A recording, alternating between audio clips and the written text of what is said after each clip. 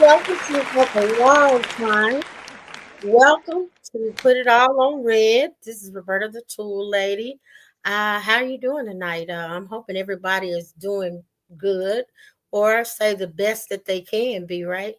It's Tuesday. It's a kind of dreary day here in Dallas. So I just wanted to say, first of all, thank you for joining me tonight. Uh, I wanted to just discuss some things, and I know you know me, right? And with Roberta, the tool lady, I'm always talking about mental health and tools. So the show tonight will be somewhat like that. It'll have the same focus. Um, but first of all, I'm gonna go ahead and let you know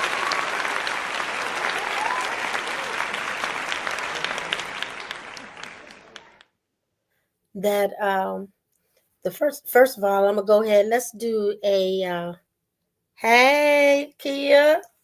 Thank you for joining me tonight.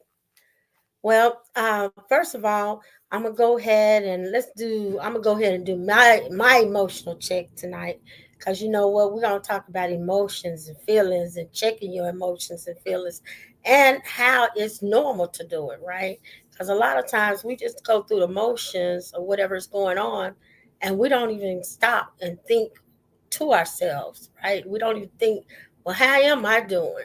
So first of all, I'm gonna let you know how Roberta's doing tonight, and I believe I'm probably a 7 tonight. I had a good night's rest, so got up. I was productive today, so I'm pretty proud of myself. Got some things copied and faxed and sent over to where they need to be. So I got a couple of speaking arrangements that I've gotten nailed down. So I'm pretty proud of myself today. So I think I did a 7 for being productive. And right. And that's a hard thing.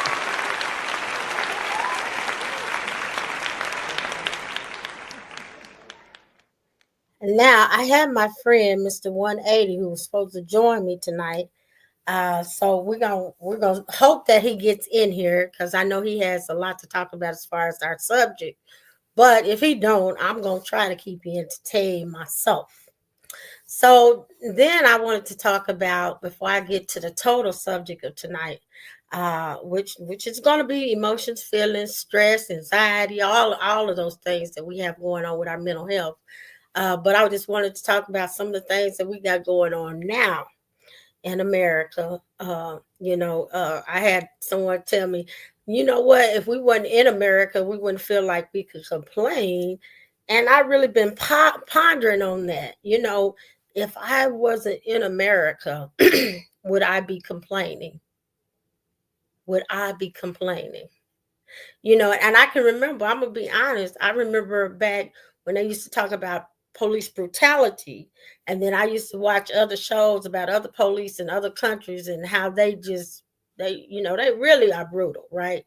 Or they really give prison, they don't take care of the prisons, or they really give prisoners, when you go to prison, it's really prison. It's like hell in other countries. Or if the police beat you, there's nothing nobody ever says, right? In other countries. So I thought about that, and I really don't know really what to think of it, because it's a little different now. We have that idea that we have rights, right? We have laws to protect us. We feel like we have a voice. We feel like it's a democratic society, right?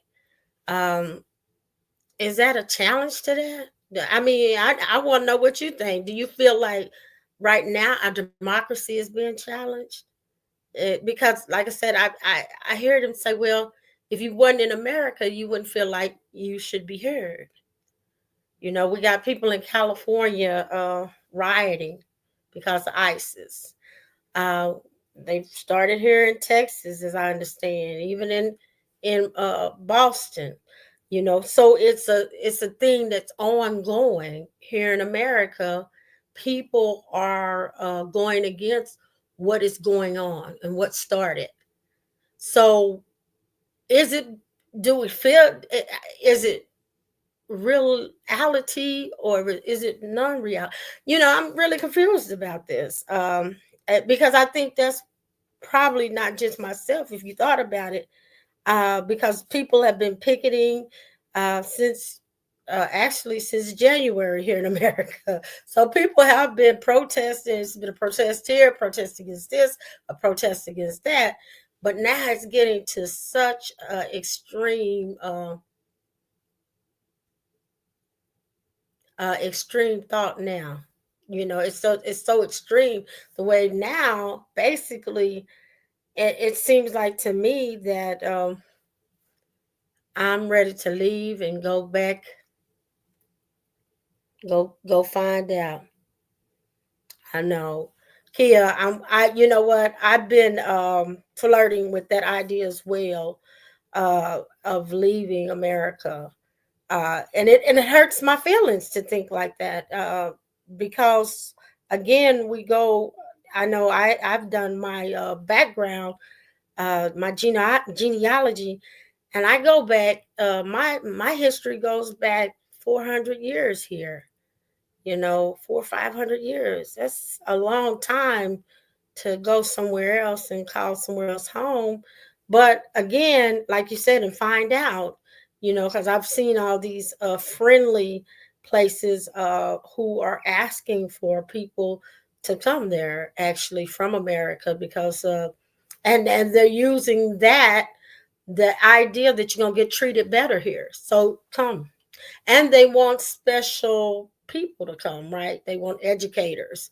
They want people who have certain strengths to add to their whatever they need. Because I understand education is number one with a lot of countries aspire as far as expats.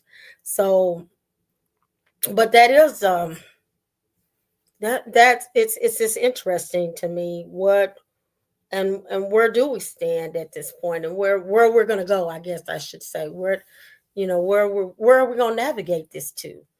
um and now that the military is being called, well, that's martial law. And to be honest, uh see this just seems so peaceful. They do. And I think so. What the comment is, other countries seem so peaceful. They do. Okay, let me give y'all a background. I'm gonna give y'all a background about me. So I was married to a guy from Ghana. Ghana is big now on the expat, right, on the scene. So I was married to a guy from Ghana. Throughout that time of our marriage, I would go back and forth. We went back and forth to Ghana to visit. I do recall that as my home, right? Because we were married. That is my family. That's my home. Um, and I love Ghana. It is peaceful. Uh, but could I live there like I live here in America? I don't know. Because I got a lot of things here in America that certainly are not in Ghana. And I'm going to go ahead and let you know some of it. For one, when I first started going to Ghana, there was no public education. Education had to be paid private. So if you were a child in Ghana, if your family could not pay your tuition, you didn't go to school. I didn't care what school it was. If it's grade school, pre-K, whatever, you didn't go to school. What did you do as a child? You worked. That's a big difference than here in America, right? African America, right? So even some of the children there at that time, because of course, HIV and AIDS was really bad, and other diseases that cause people to be unalived or unalived.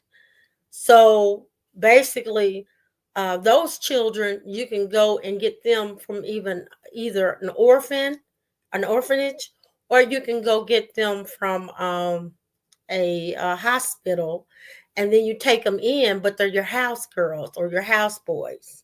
Now, what does that mean? They're born into you take them in as servitude, and they take care of your house. They do things like clean up for you, serve your family. Um, So kind of modern day slavery with children uh, was very legal in Ghana. I know that was my first thing that I noted when I first was visiting, when I first started visiting. Um, and it says Trump is trying to make it legal age to work here at 7 years old. From what I've been okay, well, so Ghana, you know that's what was happening in Africa. So that was like a big difference for me, you know, because here I'm in early childhood, uh, and I went to school for social work, so family studies, gerontology, whole study from life on down. I'm very much with my eyes like I just want everybody to be good, right? I want everything to be good, everything to be happy, and so that was one thing in Ghana that certainly touched my heart because I was like, wow. So basically, if you don't have any family, then you go and you be with this other family, but you're like the houseboy, the house girl, and you're their servants. And no, it's no age limit. So it's not even at 7. You could be a house servant young. I've seen them as young as 3 or 2 or 4, to be honest with you. So what do? They follow behind their older siblings and help around the house. That's what they do until they grow up. And of course they continue serving that family because they have servitude towards that family. So that was one big deal that I seen. I was like, oh no, in America we don't do that. You know, our children don't do that. As a fact, here in America we say if we eat, who eats first? The children, right? So when I first went over and I was sitting at the family's house in Africa, and we had these servant children, uh, I noticed they weren't eating; they were just sitting, and they weren't acting like they even wanted to eat, to be honest with you, because they know better. So it's not the rule there. So that's one thing, that was different. Now they do have public schools. Let me throw that in. They do have public schools. They here over time they incorporated public schools, but that was a big difference for me as far as society. Now the other thing is, I lived. We would stay out in a village. Sometimes we would stay in the middle of Accra, which is the city of Ghana. Um, and so they have lights, but they also have what they call lights out. So what happens when lights out means that it's a shortage and it goes off. You don't call the light company, so there's no customer service. That's the second thing that I noticed in Ghana. In Africa, there's no customer service. You don't call and complain. Um, you just wait. You wait till it comes on. Either you sit outside, you do something different. Everybody knows lights out, right? So those were the different things that I noticed. Your water is delivered in a reservoir outside your house. You don't drink the water, of course, some because water is contaminated, but you do bathe in, and you do use certain disinfectant to bathe. Some of the houses, like my in-law, his house is probably as big as like a one, two, maybe a four complex condo. So huge, huge, beautiful house. But the water pumping and all of that is coming from the reservoir in front of the house. It doesn't come from like ours do in America. The streets, and like I said, I've lived in the city of Accra, and the streets are good there. But once you get out in the countryside, the streets aren't good. So that's where you get the dips, the everything else. Your plumbing, you may not have plumbing. We're used to plumbing here in America, or I am. So the infrastructure of being an expat would probably be that. I mean, would be a challenge to me. But is it peaceful? Yes, very peaceful, very respectful. The morals, and I guess starting to go on this line of stories, America versus Africa. I guess I should say what made me think about it was someone said and try and see what just I'm ready to do that, see, because I think and the reason why I would be willing to do it now too, because of all of this stuff going on, it's so many uncertainties going on here in America. When then I would go, but I would just go on vacation. We would stay the 30 days or the 28 days because of the trip is so long. It's like it used to be 2 days. Now you can get there for one day because you can get a plane going straight to those countries now.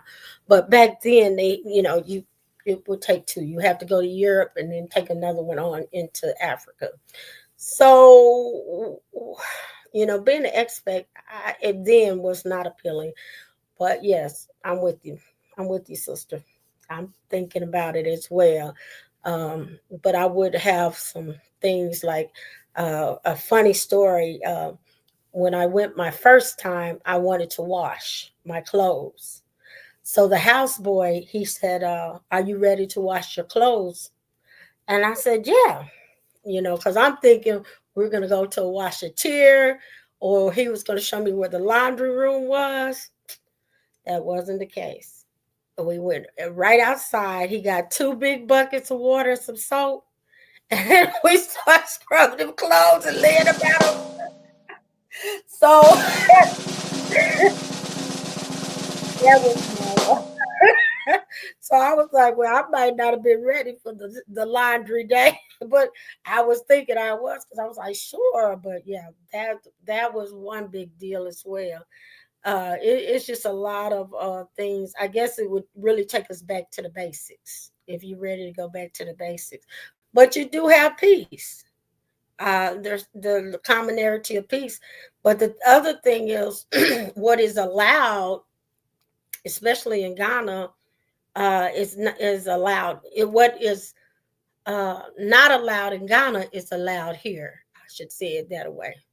So one thing is the infrastructure. So the lights out, the water, uh, having to be delivered, not having running water in your house unless you get it delivered. All of those things would be a problem for me. And then having the roads that are not developed. So, you have to get a trotro or you'll be driving your car and you'll be going through those dips, tearing your car up possibly because the roads is it's not a road. It's like it's just ground. So those things were my challenge. But the other challenge of it all would be is the cultural the our cultural, which would take us back to why we even going on this storyline, right? So we're going on the storyline because I started off with, of course, what's going on in America. And is it a bureaucracy or is it democracy? Do we really have a voice? Do we feel like we have a voice today? Right now it's like we don't because there's so many things. And then, like I said, hearing people say, if you were from another country, you wouldn't think that you had a voice. Um, we have better luxuries here, but they treat you like, yeah, I choose peace and You're right. That would be basically what it is. Kia, you said it perfectly. I that's the truth. The luxuries. You're right. The accommodations that we have, being able to call and complain, um, but then we do get treated. We get mistreated really bad, and it's so crazy because you know, and that'll go back into the storyline tonight. What the other stuff I'm gonna talk about. But anyway, it's so crazy because you got other stuff where we gotta deal with, right? We're just not. It's not the color, the pigment of our skin, or the texture of our hair. We have other things. We have life. We got health. We've got family. We're concerned about we're trying to live, and then we get bombarded with all these other things. But what about this? What about that? What about, you know, uh, and it's like, wait a minute, I can only want one thing at a time to focus on. Let me focus on living rather than focus on all these negative things, all of these things that you're bombarding me with, right? Um, and then, yeah, thank you all for watching. I really appreciate it. I really do. So anyway, so if I was not from America, right? That's the question. Would I think that I have a voice? Um, I guess it would depend on where I'm from. Because if you go to Europe, they're always picketing too, right? I'm just saying. They're always picketing. They're always on strike.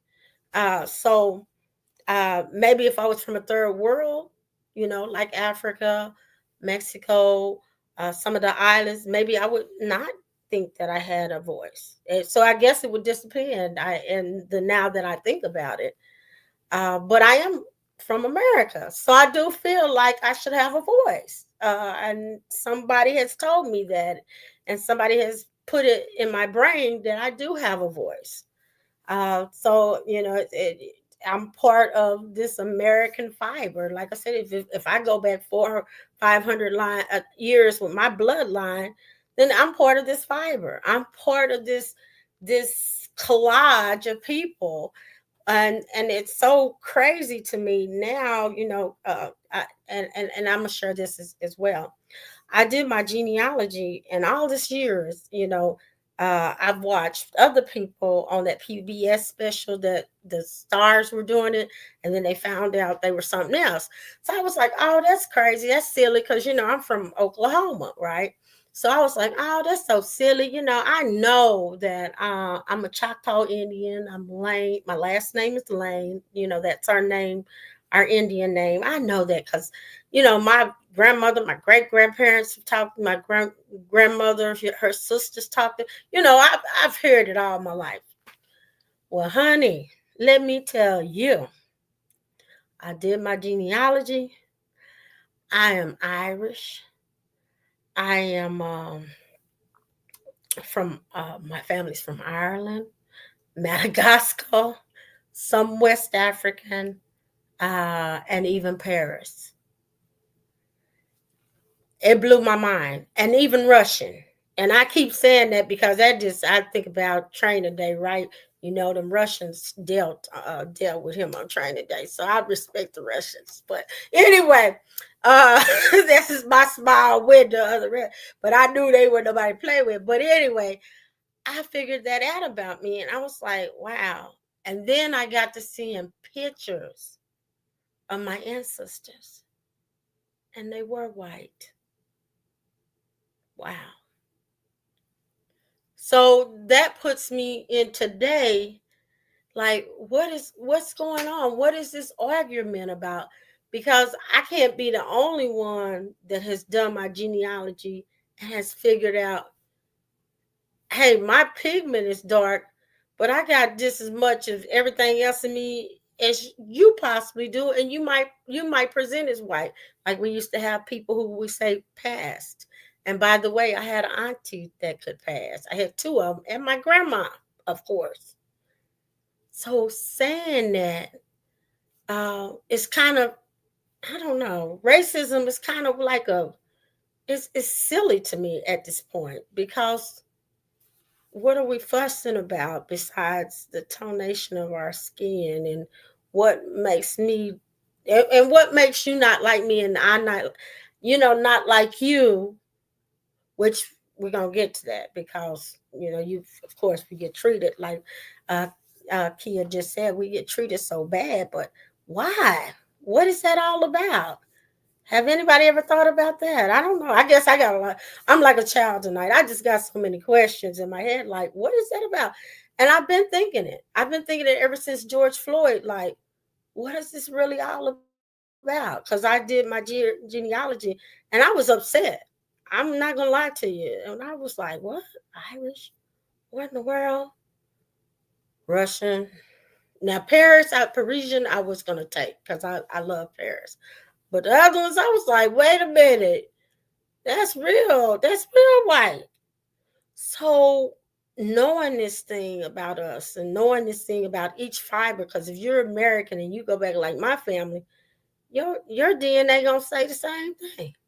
And even if you present as white, because guess what? On my genealogy deal, I got just as many white people on there I'm some kin to as black. So it's something else. America has its own culture, its own deal, and somewhere we're going. Well, actually, we're going backwards.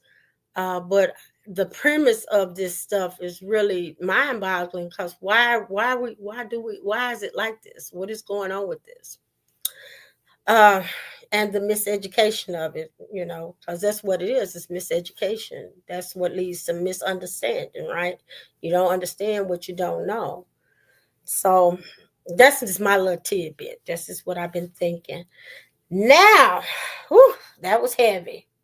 So now I'm going to go ahead and talk about what I was going to talk about. And I was hoping Mr. 180 was going to make it tonight, but it don't look like he is. So I'm going to go ahead and take it on in for you.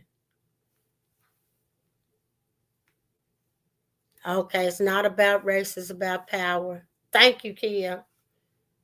Yeah, it has to be. It has to be because and I even challenge people now that I know, because I'm like, take your DNA test and then come back, because if you don't have no African in you or no cultures of because I even have Hispanic, so but I was telling them, like, take it, and if you don't have any of these other cultures you got a problem with, and I'm talking about not just people of this, but I'm talking about everybody. Because like I said, I have aunts who were fair enough that they could go either way pretty easy. My grandmother could go several different ways, to be honest with you. So yeah, power, and it's pretty sick at this point. It really is.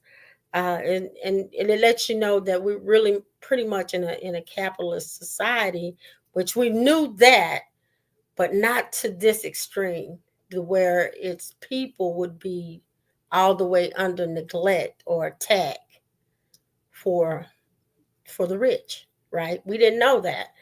And now it's just coming all the way to, that's the picture. It looks like the power over everybody, or, just over humanity, period. So that's one part. So now we're gonna come back, which really tonight I wanted to talk about Straw. Uh, I watched it. I watched it twice.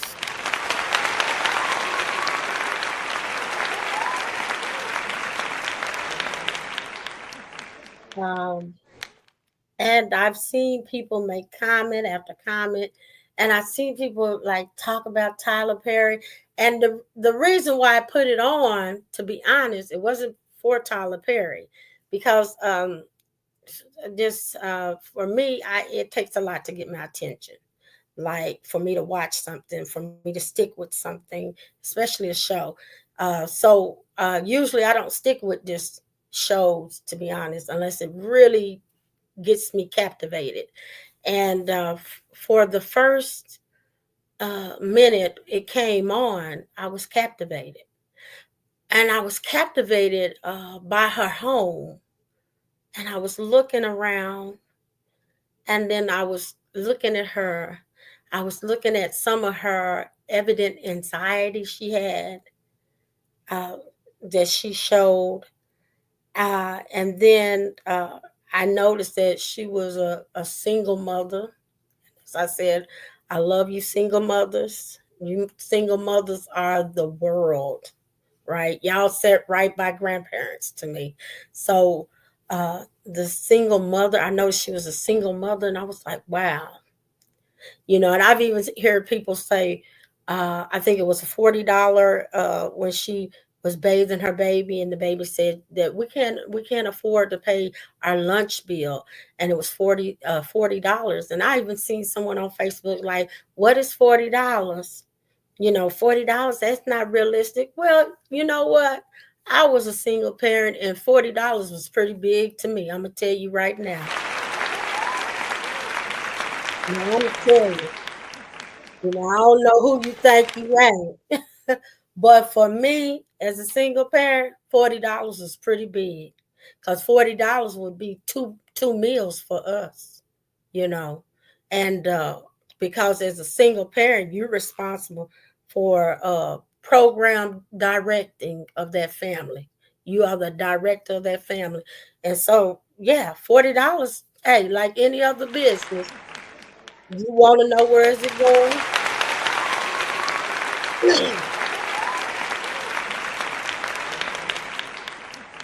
and is it gonna do what's right?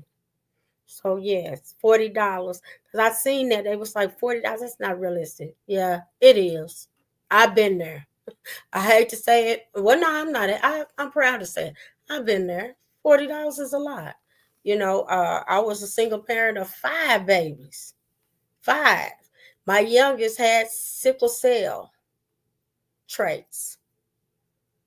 So even a sick baby. So I know how it feel to have, the whole picture had me captivated, and then it was relative.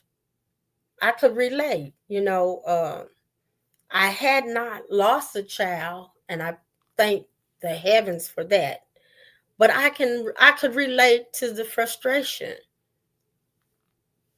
She picked the young wrong baby daddy, so it was her fault. I just mean come yeah, well, and you know what? Picking the wrong baby daddy. So now I'm gonna tell you this. It's responsibility. It's a responsibility. But let me ask you this, whoever made that comment, because like I said, that might be with like the $40 comment, right? $40 not realistic. Well, $40 is a lot for a single mother. It was a lot for me. Uh, Now, I'll say this: picking the wrong baby daddy, you never know. You never know. It's something, for people, and I don't know, why are we so hard on one another as well? Because I could tell you, going back to the show, I'm not I admire Tyler Perry, and I love his creativity, but I'm just not all his shows don't really keep my attention. They really don't. Because they're not it to me, it's not enough meat, potatoes, bread on the plate sometimes for me to just stay there and eat. This show was that and more. It was intense from the beginning to the end. The line of the show carried itself all the way through. Now, did he give us the end that we wanted?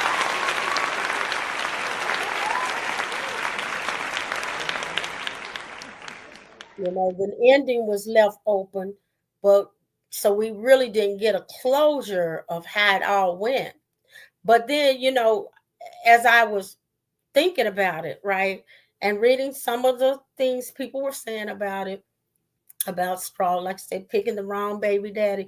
Well, you know what? Really, that has nothing to do with you. That has nothing to do with a woman, because guess what? Some people are married to men that they don't know. That's deep, right? Some people stay married 20, 30 years, and the man might have a best friend.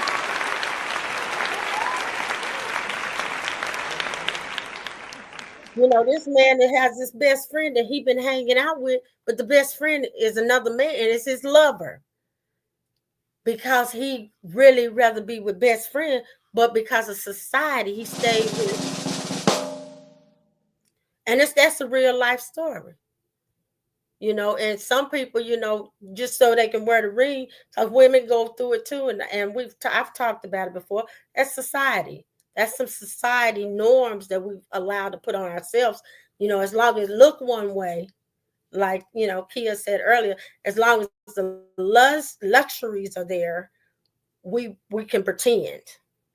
We can pretend. But the realistic part of it, no, you really don't never know a person. You be married 100 years to them, and shoot 30, 40 years that, hey, they done told you, hey, me and Johnny been together, or I have a whole family over on the other side of town, and you already knew it. You just, because it looked it good, you didn't say nothing. But we're so cruel. We are really cruel and judgmental. really hard on each other. Like I said, I'm not really the biggest Tyler Perry fan. Now, do I admire him? Yes. So I see him. I see him as more than creative because he's been putting out these shows, these movies. He been doing it. But with this one, he really took it out the park. He really did. Um, and the reality of it is, like when we came on, we need to do more self check. We need to check ourselves because our realities can get distorted. We can get distressed. We can be stressed. We don't have to be Wonder Women, Wonder Men all the time because it's just not us. It's not just women either. Um, so I've heard him say, well, he's always talking about women, but it's not just women. Um, it could be men too, because I've counseled men and I always tell them, because most of them was in, drug court. So that's a court operation of trying to keep them out of prison, keep them from going back to prison. And the first thing they tell me, you know what, Miss Roberta, I don't need to talk to nobody. I don't want to talk to you. And I tell them this, what great way, how about this? If you could replay everything that happened before you went to prison that first time, and what if you could have came and just talked to somebody and got it all off your chest rather than go and do that last thing you did that got you in prison? Wouldn't that be great? That's what I used to tell them all the time. Just think about it. Because you didn't, it didn't just start that one day. That one crime wasn't it. That one arrest was not it. It was several things that lined up. So I think that's what makes the story so relative. It's several things. Being a single mom, like I said, you're the whole director of the show, right? She's the whole director. She's the manager, the boss, the hire, the fire, and she's responsible for somebody else who has a physical ailment. That's stressful enough. Like I said, I had my baby with sickle cell, so I understand. I had a situation where basically because of my religious preference, uh, my baby would just cry. He would cry, cry, cry, cry, cry. I mean, cry so loud, just screech, screech, screech, and shake. Um, so he was anemic, and that sickle cell was attacking his autobodies, whatever autoimmune system. So it would hurt him, and so I had took him to the doctor, and this is a little bit about what I've experienced, and it was stressful. I took him to the doctor, and the doctor took the blood from him, took it from a vein in his head. That was traumatic. And then she said, take him over to the hospital for a blood transfusion. My religion did not allow blood transfusions. I was in a conflicted situation at that point. And then she told me, because I shared with her, my religion won't allow that. I don't know what to do. I never dreamed of a child being this sick, or needing some blood. I never thought this far about anything. And she said, well, you know what? If not, I'm going to give you 24 hours and we'll retest him. And then if not, if it's not higher at that time when you come in, I'm going to have to go and get a court order. So I'm just telling you, that's a lot of pressure. That's a lot of pressure. So now I'm gonna have to go to court because you want my baby to have. So I can only imagine, because she said she's so sick. She kept telling him as she would rattle on how sick her baby was, and she was taking care of him. Was I taking care of my baby? Yes, I was taking care of him. Was he clean? He was clean. I love my son, but his health was really, really not stable when he was younger. So and that's stressful. That's stressful by itself. Not to think if something, like I said, if he would have died or something would have happened to him, that would have been even more mind blowing. Because you feel like, and when you have situations or you're in a situation, you usually do figure like it feels like you're under a microscope. Like I'm trying my best, but everybody else ain't trying. Or they're not trying to see me what I am doing. I guess I should say it like that. So I could really relate with Taji. I really could. Um on to the going to work and having to get her check to pay her. Now after the death of the child, getting up that morning, the first thing we go to cope with life is denial, right? So she's in denial. And so in that denial, she tries to do everything like she usually do, like it was a bad dream. I mean, really to relatively, how many people have done that? How many people have done that? Things happen to you, but you still try to do what is normal. Even now, even here in America, things are happening, but we're still trying to do what? What is normal. That's part of our denial. Like something definitely is going on. We can see it going on, but our denial, even with what's going on society way wise, is our coping. So it was normal that she would feel like, okay, let me go ahead and try to pay these bills and get her. If I could just do it right one time, she'll come back. This is all like a bad dream, and all of us have felt like that. I felt like that as well. This certainly has to be a trick or a joke or a bad dream. And when I wake up, I'm gonna be able to wake up and it's not gonna be like this. But unfortunately, her day just kept going. Them bills and still going bill, and they don't care who paid them. They don't want to be paid. They just want to be paid. That's right. We still that's correct. We still have to go. We still, and so even with that, so that part on to that, and then going to work, and her boss, he was pretty abusive as well. So he was just as abusive as everybody else, because he really didn't treat her really humane. Even the tone of voice he used was more like, yeah, you gonna, get on out there like I told you to. You don't want your damn job. And then had a check in his hand and told the corporate rule, all of those things. And then here come a robber. It was just so, it's like, what next could happen? And of course, again, we've all had those days. What else could happen? What else could happen to make this situation? On to when she goes to the bank, and the baby had a science project, and she say she just want to cash the check, but she got that gun to her, and her mind is blown. Her mind is fully blown. She is fully gone at that point.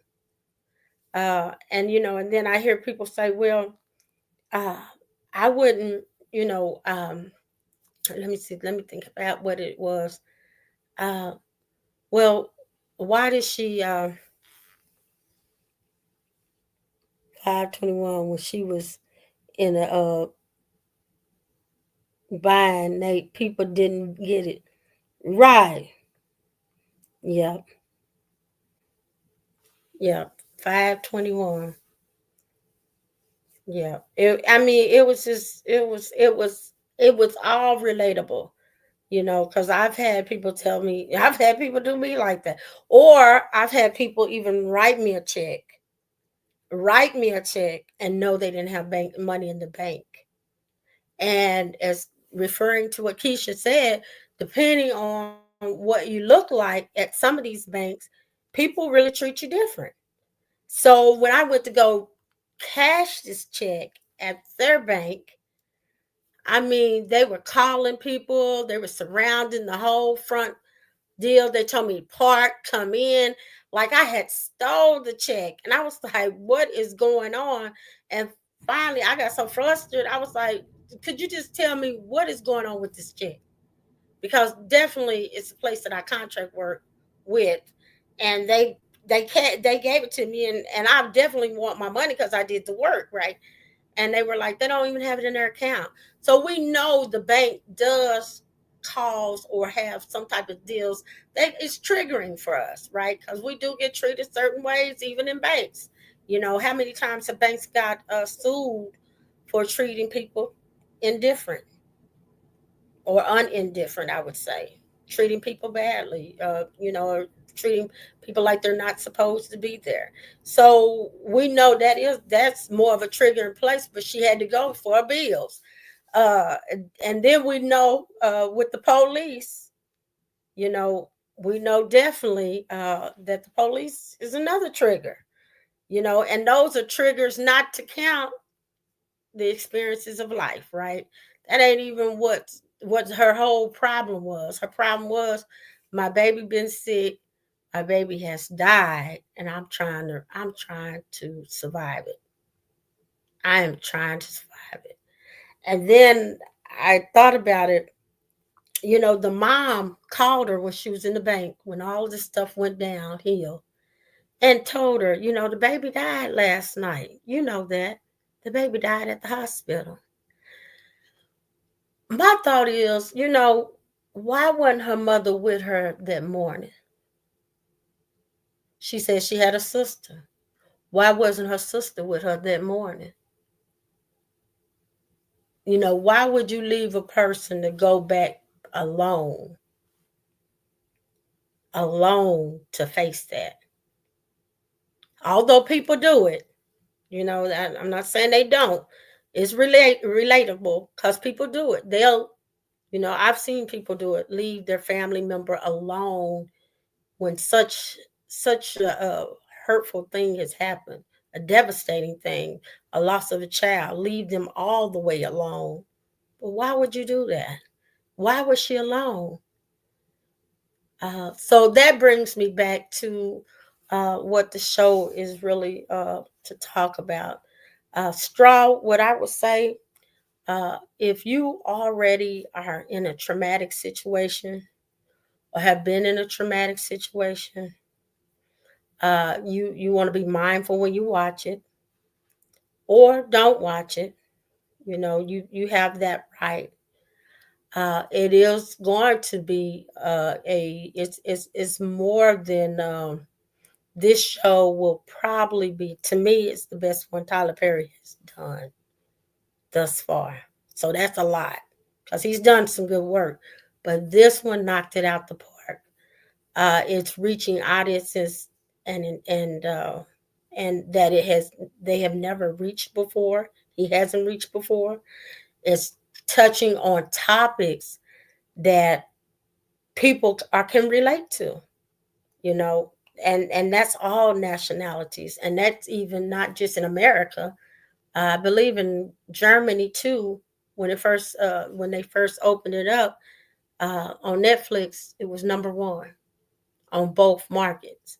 So that means people can see how all of this anxiety, all this the daily uh, drive that or the daily, what is the word for?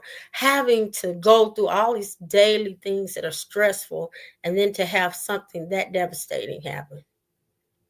It just adds on. It's like wound on a salt on a salt on a wound, right? It's like an opening wound, and you still people are putting salt on it, packing salt in it, or pouring alcohol on you. It's like, come on, give me a break. And I think that's what I often think about when I'm thinking about America right now. It's like, are we going to get a break? How much more of this are we going to keep going with? What's going to keep, what? And it certainly has to be something more than the eye can see. Like, like Kia said, it was power. But how much more do you think people can take? It's kind of breaking the back off of people because people are tired, and that's why they are going to the extreme of tearing up cities now. Because that's what they're doing, and it's starting to tear up things. But it's out of being anxiety, having some stress from what's going on. And I know, I've heard other people, well, in other countries, you can't just go in, blah, blah, blah, blah, blah, to say immigration. I get that. I 100% get that. But it has to be a more inhumane way of going about it. I'll say it that way. Because it's like everybody else. It's just like the lady in the story. She already had some other things going on, and now you're telling me, you know, you're gonna chase me around America, and then you're gonna take me and you're gonna put me somewhere. I'm gonna put it in a container until I get put out. You're gonna fly me to another country I don't know anything about. This is too much stress. And then to even watch it, it's like secondhand trauma to us. It's no more than, like I said, watching the movie. But the only trick is, with life and living life, you have to live it, right? The bills, like someone said, the bills are gonna come. Somebody got to pay them. They don't care. So you have to keep living. So you have to keep living with this stressful situation, with these things going on around us. So be mindful of where you are, and where you are emotionally, and where you are mentally. Identify people that you can talk to. Identify people that you feel that's a safe place for you. You know, Start making it normal to talk about your emotions, and that's male and female, because now there's so much going on that, yeah, there's some straws, like the straw that broke the camel back. You say one more thing. Those things are more normal and more apt to happen now, because that's what we're seeing. And so every day we're getting stressed, we're getting pulled. Oh, thank you, Kia. I try to be like you, girl. So thank you. But yeah, so be mindful of that. Be mindful of where you're at with that. And be honest with yourself, because that's the hardest thing for people, is to be honest with themselves, to be honest with you. Start being honest with yourself. I'm feeling down today. I'm not feeling well today. You don't have to add too much if you don't feel safe. Like, I'm not saying meet strangers and just start telling them everything. That's not right either. And I'm just telling you, go that far. But start identifying people, friends, family, people that you feel safe with. If it's a counselor, if it's just people, your safe people, and start telling them, you know what, I'm not really feeling myself today. And get that weight off of you, so you're not packing it around. You have to start doing that. You have to start being kinder to yourself. Like I said, in reading these comments, especially about this movie, it was a sensitive subject, because it's relative. He hasn't made movies that were so relative. Yeah, they've been about sexual abuse and things like that, but he's never made it about the things that are relative, like no money, basically struggling, basically, just trying to live through a day,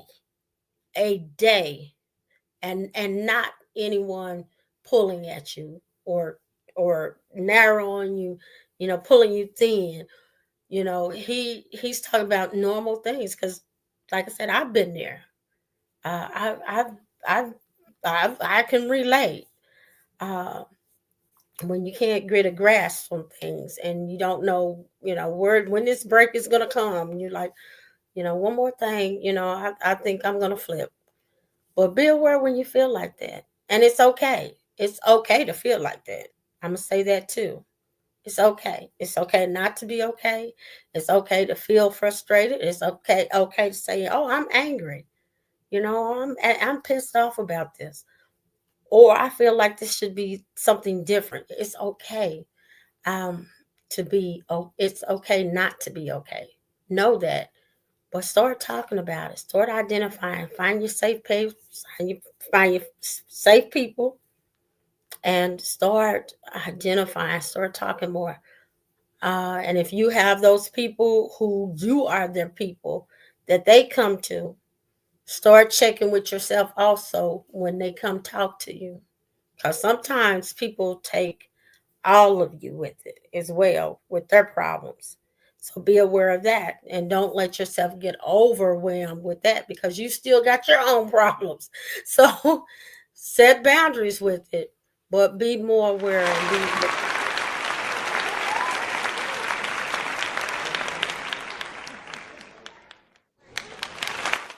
So what I wanted to say tonight was thank you all for listening to the show.